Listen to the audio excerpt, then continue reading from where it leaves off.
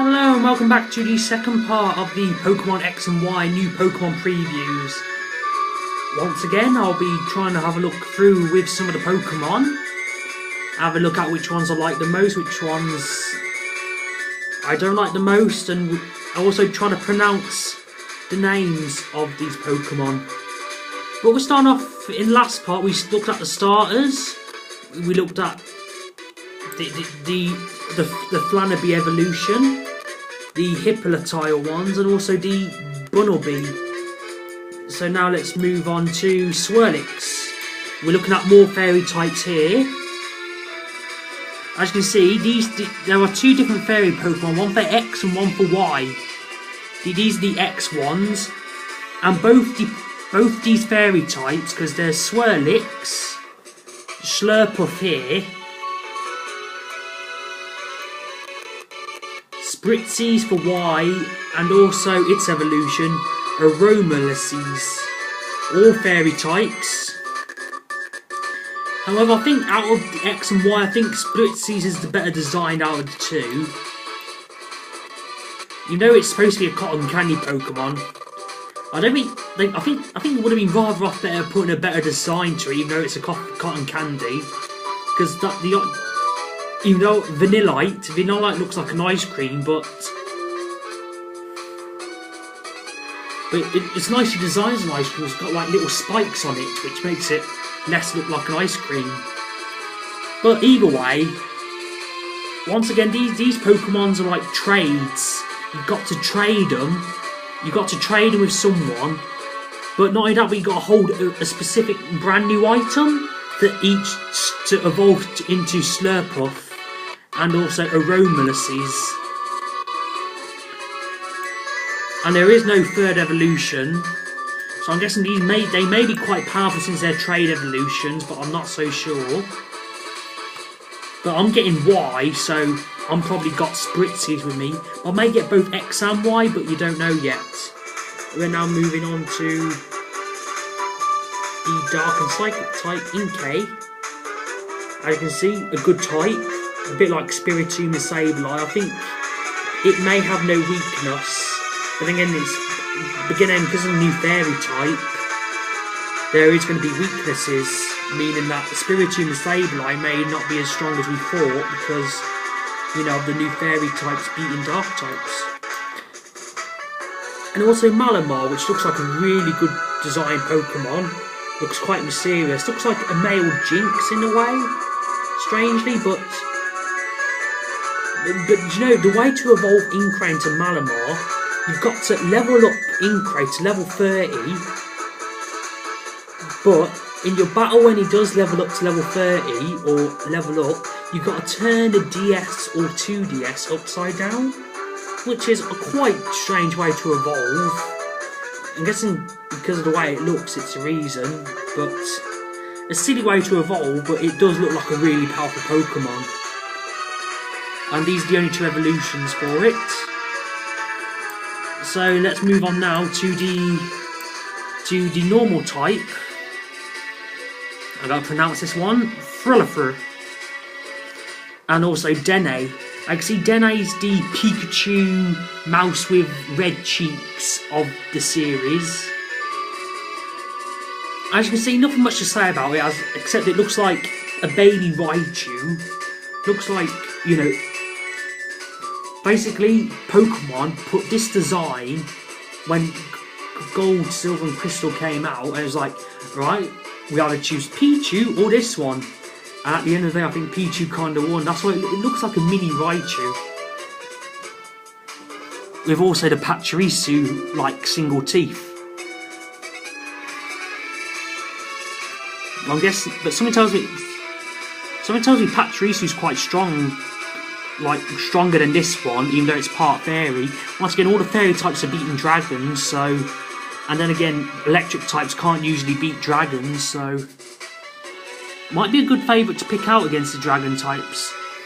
And also Frillifur, it reminds me of the dog, but even though Absol is like kind of like a dog Pokemon, it reminds me of a very hairy Absol, the Frillifur.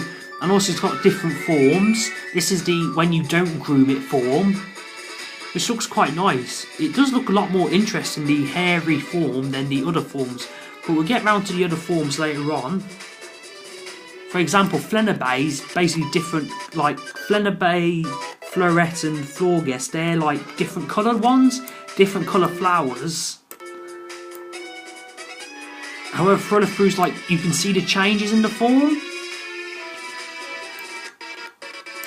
But now we move on to like the Pidgey-like, you know, region Pokemon, like Pidgey, Starly. But this time they go into the fire flying range.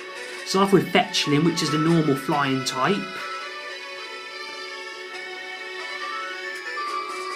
And you can see it probably has the same attributes as Pidgeys and Starlies and that, and Hoot Hoot. Probably with the same moves, but it's about the evolved forms interesting because remember, Pidgeot, success, Fearow, one of my favourites, Staraptor, one of my favourites. And of course, Talonflame was revealed way before Fletchinder. So basically, we thought that was I thought that was going to be the second evolution. I thought that'd be a really cool looking third evolution, but that, even though that looked cool for a second. So basically, looks like Staraptor. Also knows, basically, it's like a fire version of Staraptor. Looks quite cool. Probably being my main team if I do get X and Y. So good Pokemon to look out for.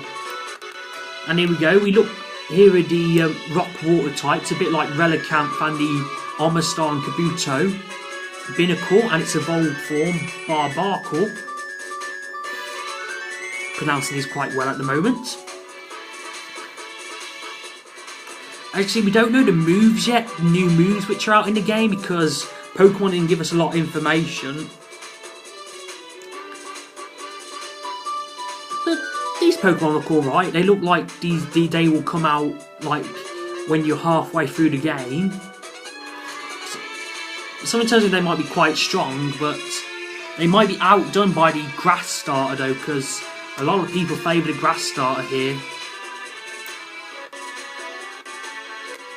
But now we're moving on to another X and Y exclusive Pokemon. I think these are the Y ones, Squelp and... You know it says question mark here. I do know what it's called. I think it's called Dredge. A Dragonage. And instead of being Poison Water, it's Poison Dragon. And once again, Poison Dragons are quite interesting. Basically, because fairy types can't weaken poison types, these would be quite good to beat the fairy types, like, or play them at their own game. So these might be the ones which beat the fairy types. And these are water types here, which are for Pokemon X, Chloriccia and Clonda. Base looks a bit like Krabby and Kinder, but these are like Krabby King lobsters. Because you can see they've got the big claw and one little claw. But still, very nice design, these two water types. But this is like a pre-released, or a version which was before they figured out all the types. So definitely water dragons, no, poison dragons, and definitely just pure water. Both of them look quite cool. It depends on what version you get, so there's no like competition there between the two.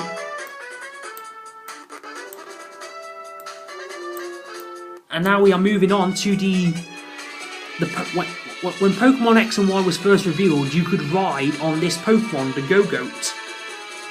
Once again, looking at Go-Goat's design, it looks like one of these strong grass types here. And even if you didn't pick Chespin, or you know you didn't choose Bulbasaur or Chespin, this might be the grass one to turn to, because you know, I think it has moves like Leech Horn, Leech Seed, Mega Drain, probably a good healing type Pokemon, and it looks powerful as well. And there's its pre-evolved form, the Skidoo.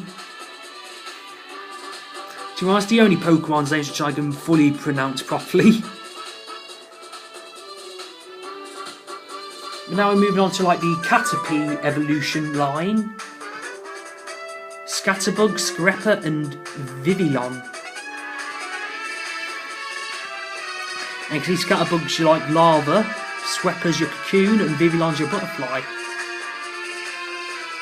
Once again, you'll see when you take on the first gym leader will have the Vivillon. Once again, I think, even though it does look good, I think it'll be just the same as Butterfree and Beedrill and Beautifly, you know, with same moves and attributes and that. But something tells me its speed might be a lot more stronger than its speed will be a lot more stronger than, you know, than its like bug flying counterparts.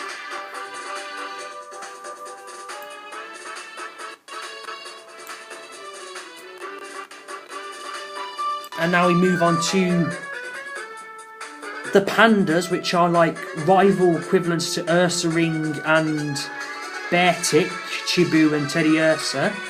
Instead, these are fighting dark, meaning that these can actually physically beat a Beartic and a Ursaring, meaning the panda is the strongest out of the grizzly bear and the polar bear. And once again, just like Teddy, once again, I think they're better designed than Beartic and Ursaring. I think a lot of effort was put in to make the pandas. Once again, you know, putting improvements on the panda market.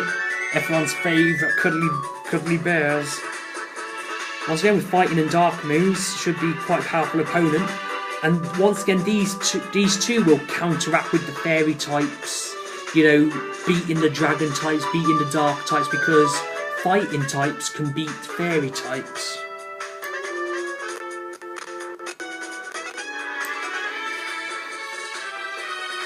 And here's another evolution line here. Esper. However, Esper has two evolved forms, depending on male or female, and they're called Meowstic. Male ones use support attacks and stat change attacks, while the female ones mostly focus on like psychic attacks, physical attacks. They're more attack types according to the game.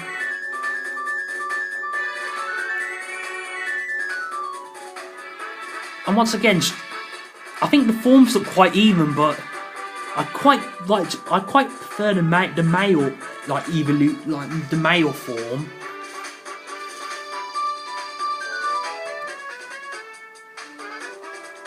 To be honest, I don't see it being the strongest psychic type in the game, or the best psychic type to choose from.